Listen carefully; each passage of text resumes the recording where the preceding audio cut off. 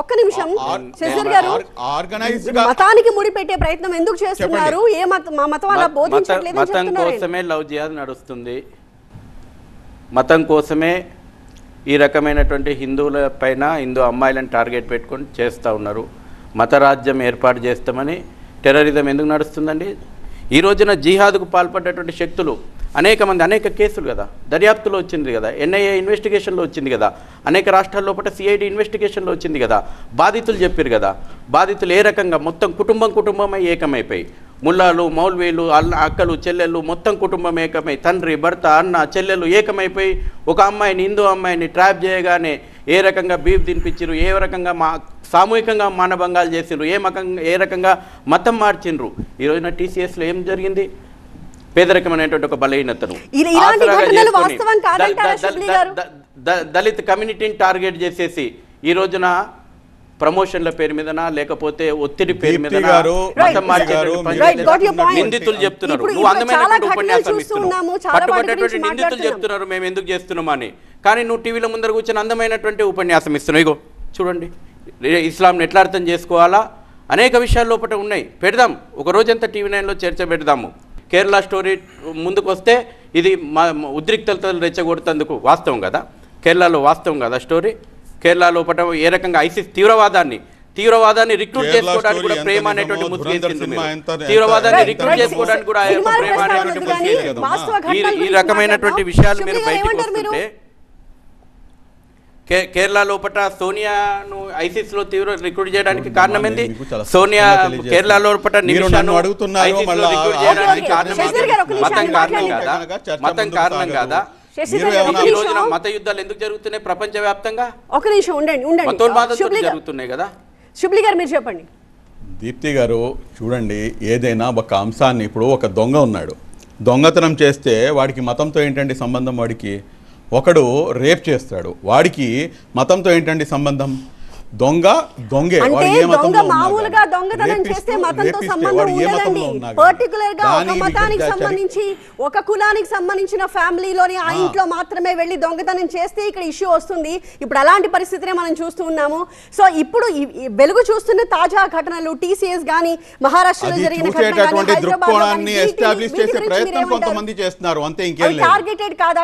Targeted గా చేస్తున్న ప్రక్రియలు కావా? దీప్తి గారు, ఇప్పుడు మీరు చెప్తున్నారు కదా, ఏదైతే ఇష్యూ జరిగిందో మన టీసీఎస్ ఇష్యూ గురించి చాలా స్పష్టంగా దాంట్లో మీరు ఎంతమంది అయితే ఉద్యోగులు ఉన్నారో దాంట్లో నుంచి ఒక అమ్మాయి పేరు నిదా ఖాన్ అని చెప్పేసి, ఆ అమ్మాయి హెచ్ఆర్ మేనేజర్ అని చెప్పేసి మొత్తం కూడాను అందరు కూడాను ప్రచారంలోకి తీసుకొచ్చారు.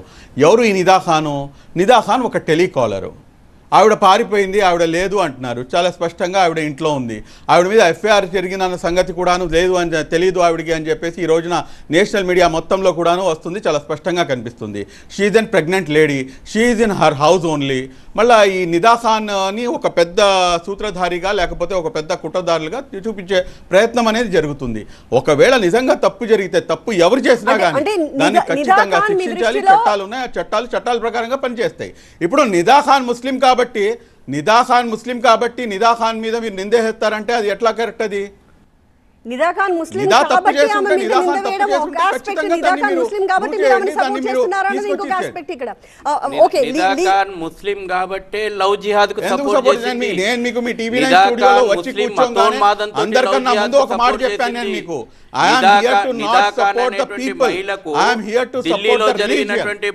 ఎవరైతే ఇండివిజువల్స్ ఉన్నారో ఇండివిజువల్ చేసినటువంటి తీసుకొచ్చి కంప్లీట్ సమాజాన్ని మీరు ఒక దీంట్లో తీసుకొచ్చి ప్రయత్నం చేయడం అనేది చాలా తప్పుపాటు. అది ఏ మాత్రం కూడా సమంజసం కాదు. దర్యాప్తు చేస్తుంది ఇవాళ నిదా ఖాన్ ఒక్కటే కాదు, తీవ్రవాదానికి పాల్పడతారు, డాక్టర్లు తీవ్రవాదానికి పాల్పడతారు. నేను కాదనట్లేదు, నేను కాదని చెప్పట్లేదు. వాళ్ళకి సపోర్ట్గా నేను మాట్లాడదలుచుకోలేదు, మాట్లాడను కూడాను. Who ever it may be చాలా స్పష్టంగా మీకు ఒక విషయం చెప్తున్నాను. ఎవరైనా కానీ ఖురాన్ మరియు ఏదైతే దానికి విరుద్ధంగా ఎవరైతే చేస్తారో వాళ్ళు ముస్లిం కాదు. మీ దృష్టికి ఇలాంటి లవ్ జిహాద్ ఘటనలు రాలేదా? అలాంటి ప్రయత్నాలు జరగట్లేదా? ఇంతవరకు మీ దృష్టికి వచ్చి ఒక్కటి కూడా జరగలేదంటారా? నా దృష్టికి మంచి ఒక ఉదాహరణ చెప్పమంటారా మీకు? ఒక మంచి ఘటన విజయవాడ పోలీస్ స్టేషన్స్లో ఎఫ్ఐఆర్ నంబర్స్తో పాటు నేను మీకు ఇస్తాను. విజయవాడకి చెందినటువంటి ఒక యువతి, ఆ యువతి పేరు లాస్ట్లో చెప్తాను మీకు. ఒక యువతి ఇన్స్టాగ్రామ్ ద్వారా నేను నిన్ను ప్రేమిస్తున్నాను అది ఇది అని చెప్పేసి దాని అమ్మాయిని మొత్తం కూడా ట్రాప్లో పడేసి ఆ అమ్మాయిని తీసుకెళ్ళిపోయి వాళ్ళ పేరెంట్స్కి కూడా తెలియదు, మళ్ళీ ఇంకోసారి వస్తే మళ్ళీ బ్లాక్మెయిల్ చేసి మళ్ళీ తీసుకెళ్ళిపోయి 2 పిల్లలు, ఆ అమ్మాయికి ఇప్పుడు 2 పిల్లలు, కనీసం పెళ్లి కూడా చేసుకోకుండా ఆ అమ్మాయిని ఎంత వాడాలో అంత దారుణంగా వాడేసి ఎక్కడో నార్త్లో ఇక్కడ మారుమూలటువంటి ప్రాంతంలో తీసుకెళ్ళిపోతే ఇక్కడి నుంచి రెస్క్యూ టీం వెళ్ళి ఆ అమ్మాయిని కాపాడి తీసుకొచ్చింది. ఆ అమ్మాయి పేరైతే నేను చెప్పను కానీ ఆ అమ్మాయి ముస్లిం, అవతల వ్యక్తి వచ్చేసి ఒక హిందూ వ్యక్తి. కానీ నేను ఇక్కడ దాన్ని నేను హిందూ ముస్లిం యాంగిల్లో నేను చూపించట్లేదే. దీన్ని నేను ఏ యాంగిల్లో చూస్తానంటే ఎవరైతే తల్లిదండ్రులు ఉన్నారో వారి తల్లిదండ్రులు ఎవరైతే పెంపకం ఉందో ఆ పెంపకం సరిగ్గా లేదు, అదేవిధంగా వారు ఏదైతే బోధించాలో వారు సరిగ్గా బోధించలేదు. ఇది అక్కడ ఉన్నటువంటి ప్రాబ్లం. ఆ ప్రాబ్లంని వదిలేసి ఒక హిందూ వ్యక్తి తీసుకెళ్ళిపోయాడు కాబట్టి హిందువుల్లో